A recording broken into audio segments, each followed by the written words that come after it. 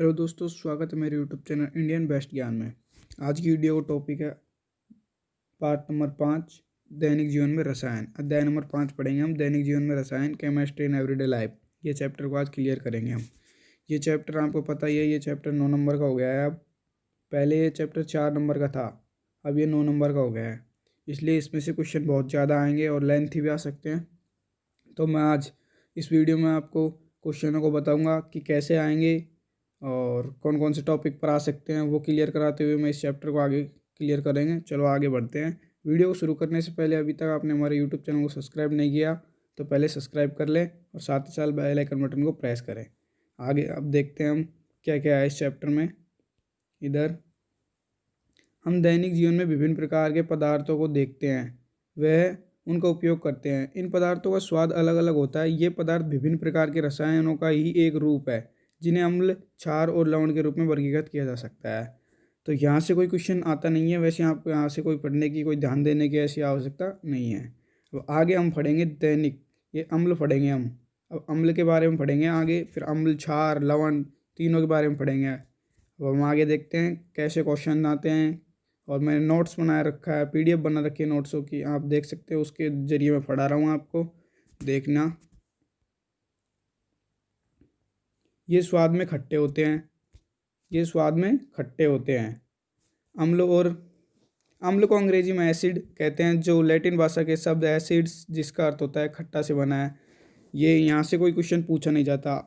अम्ल नीले लेटस पत्र को लाल करता है, ऐसे कोई आपको ध्यान से रटने की कोई आवश्यकता है नहीं।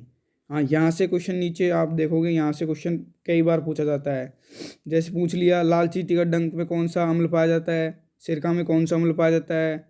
तो इसमें मैंने लिखा है सिरका में एसिटिक अम्ल, इमली में टार्टरिक अम्ल, लाल चींटी में फार्मिक अम्ल, जठर रस हाइड्रोक्लोरिक अम्ल, संतरा एस्कॉर्बिक अम्ल। यहाँ से क्वेश्चन हमेशा आता है, तो इसको रटना अति आवश्यक है, इसमें ध्यानपूर्वक पढ़ना। और मैंने यहाँ पर कुछ पदार्थों के नाम लिखे हैं, मोस्ट जो आते हैं, जो सिलेबस के हिसाब से है, उनको आपको याद कर लेना है। अब आगे नीचे आता है क्षार। अब हम क्षार की बात करेंगे। ये थोड़ा ऊपर से कट गया होगा, मैं अभी नीचे लेके देखता हूँ। अब हम क्षार की बात करते हैं। क्षार ये स्वाद में कड़वे होते हैं, वे खट्टे होते हैं अम्ल तो, और ये कड़वे होते हैं। ये लाल लेटस पत्र को नीला कर देते हैं। ये स्पर्श करने पर साबुन जैसे चिकने होते हैं। उदाहरण में आपको दे रखा है, उदाहरण वैसे कोई पूछता नहीं है, यहाँ से कोई क्वेश्चन पूछता नहीं है, वैसे आप देख लेना। Sodium hydroxide, potassium hydroxide, magnesium hydroxide, यहाँ से क्वेश्चन आता नहीं है। अब नीचे देखते हैं आगे।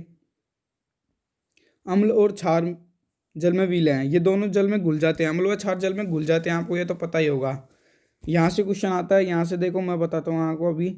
यदि यदि विलयन में अम्ल व क्षार की तुलना में जल की मात्रा अधिक होती है तो ये तनु अम्ल या क्षार कहलाते हैं, परंतु यदि अम्ल या क्षार की तुलना में पानी की मात्रा कम है तो सांद्र अम्ल या क्षार कहलाते हैं। यहाँ से क्वेश्चन अवश्य आता है, ये अवश्य तो आता नहीं है, वैसे यहाँ से पूछ सकता है क्वेश्चन, ऐसे पूछेगा तनु अम्ल या क्षार किसे कहते हैं, सांद्र अम्ल या क्षार किसे कहते हैं। तो इनको ध्यानपूर्वक पढ़ना। आगे आता है लवण। अब हम लवण को पढ़ेंगे। लवण, अम्ल व क्षार की क्रिया द्वारा लवण का निर्माण होता है। अम्ल व क्षार जब मिलते हैं, उनकी क्रिया होती है, तब लवण का निर्माण होता है, और इसी क्रिया को उदासीनीकरण भी कहा जाता है। यहाँ पर ध्यानपूर्वक देखना है, इसी क्रिया को उदासीनीकरण भी कहा जाता है। तो ये क्वेश्चन भी पूछा जा सकता है, उदासीनीकरण किसे कहते हैं, उदासीनीकरण क्या है, उदासीनीकरण किस क्रिया है। तो सब में यही लिखना है आपको। और यहाँ पे नीचे मैंने बताया हुआ है प्रबल अम्ल, अगर प्रबल अम्ल की क्रिया प्रबल क्षार से होगी तो उदासीन लवण बनेगा, और प्रबल अम्ल की क्रिया दुर्लभ क्षार से होगी तो अम्लीय लवण बनेगा, और दुर्बल अम्ल और प्रबल क्षार की होगी तो क्षारीय लवण बनेगा। जिसकी इच्छा ज़्यादा होगी वो जैसा ही लवण तैयार होगा। अब नीचे देखते हैं हम लवण के कुछ। लवणों के क्वथनांक व गलनांक उच्च होते हैं, ये आपको पता होना चाहिए। लवण साधारणतः क्रिस्टलन के रूप में पाया जाता है, मतलब ये लवण द्रव नहीं होता, लिक्विड नहीं होता, ये थोड़ा ठोस होता है, थोड़ा ठोस होता है, कणों के रूप में पाया जाता है लवण। लवण में क्रिस्टलन जल उपस्थित होता है। अब आप सोच रहे होंगे क्रिस्टलन जल क्या होता है। अब नीचे आपको क्रिस्टलन जल दिखाई दे रहा है, मैं आपको बता देता हूँ। ये मैंने इसलिए इसको मोस्ट लगा रखा है, यहाँ से क्वेश्चन पूछा जाता है, क्रिस्टलन जल किसे कहते हैं। ये बहुत बार पूछा जाएगा, पूछा जा चुका है और पूछा जा सकता है। आप तो अब पढ़ेंगे हम क्रिस्टलन जल क्या है। लवण का इकाई सूत्र लिखने में जुड़े हुए जल के अणुओं की संख्या को क्रिस्टलन जल कहते हैं। लवण का इकाई सूत्र लिखने में जुड़े हुए जल के अणुओं की संख्या को क्रिस्टलन जल कहते हैं, ये आपको पता होना चाहिए। उदाहरण तौर पर जैसे दावन सोडा है, इस दावन सोडे में 10 जल के अणु जुड़े हुए हैं, जैसे NO2CO3 डॉट 10H2O लिखा हुआ है, 10H2O लिखा है तो मतलब 10 जल के अणु जुड़े हुए हैं।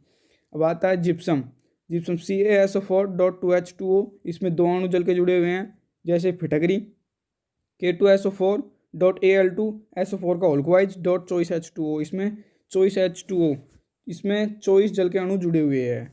अब आगे पढ़ते हैं ओरेनियस। अब जो वैज्ञानिक आए उन्होंने अम्ल व क्षार की परिभाषा दी, वो पढ़ेंगे कैसे दी उन्होंने परिभाषा, क्या उन्होंने क्या बोला वो पढ़ते हैं। हम इनकी संकल्पना को देखते हैं। हम यहाँ से भी क्वेश्चन आ जाता है, बोलते हैं ओरेनियस संकल्पना के अनुसार अम्ल की परिभाषा दीजिए, क्षार की परिभाषा दीजिए, ऐसे क्वेश्चन आते हैं, तो इनको देख लो। इस संकल्पना के अनुसार जो पदार्थ जलीय विलयन में अपघटित होकर H+ आयन देते हैं अम्ल कहलाते हैं, तथा जो पदार्थ जलीय विलयन में अपघटित होकर OH- देते हैं वो क्षार कहलाते हैं। उदाहरण मैंने दे रखा है, जैसे हाइड्रोक्लोरिक अम्ल, नाइट्रिक अम्ल, सल्फ्यूरिक अम्ल, इनमें सब में H+ आयन देते हैं ये क्रिया के बाद। तो यहाँ से ये उदाहरण वगैरह तो कोई पूछता नहीं है शायद। अब नीचे देखते हैं अपन। नीचे ये सभी अम्ल हैं क्योंकि जलीय विलयन में H+ आयन देते हैं। यह हाइड्रोजन आयन अत्यधिक क्रियाशील होते हैं, अतः जल से क्रिया करके हाइड्रोनियम आयन H3O+ का निर्माण करते हैं। ये भी इतना मोस्ट नहीं है, इनको आगे देखते हैं। अब यहाँ पर प्रबल अम्ल किसे कहते हैं ये पूछा जा सकता है। प्रबल अम्ल किसे कहते हैं और प्रबल क्षार किसे कहते हैं, तो इसमें देखते हैं। इसमें प्रबल अम्ल के बारे में बताया पहले, क्षार के बारे में बताएं बाद में। कुछ अम्ल जलीय विलयन में पूर्णतः आयनित हो जाते हैं, अतः वे प्रबल अम्ल कहलाते हैं। जो जलीय विलयन में पूर्णतः आयनित हो जाते हैं, घुल जाते हैं, वे तो प्रबल अम्ल कहलाते हैं, जैसे HCl, H2O, HNO3 आदि।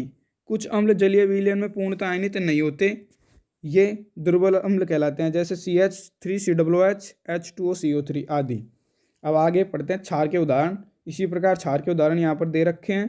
अब नीचे इसमें देखते हैं अपन, यहाँ से ये लाइन मोस्ट है, आप इसको देखो, वो कोई ऐसे ध्यान देने वाली बात नहीं है। ये है वे क्षार जिनके जलीय विलयन में पूर्णतः आयनित हो जाते हैं, प्रबल क्षार कहलाते हैं, जैसे KOH, NaOH आदि।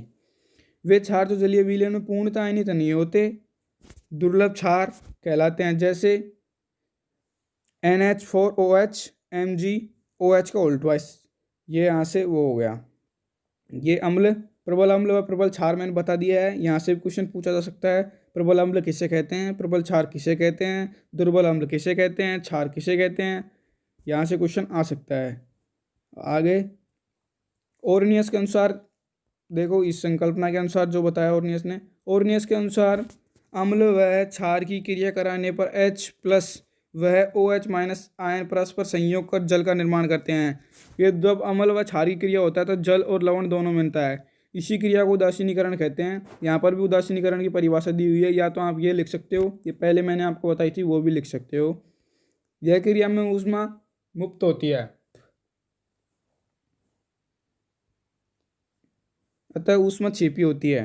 अब आता है ब्रांस्टेड लोरी। अब ब्रांस्टेड लोरी के बारे में पढ़ेंगे। ब्रांस्टेड लोरी ने क्या दिया, इसने कौन सी संकल्पना के अनुसार क्या दिया, ब्रांस्टेड लोरी संकल्पना, इसने अम्ल व क्षार की परिभाषा क्या दी।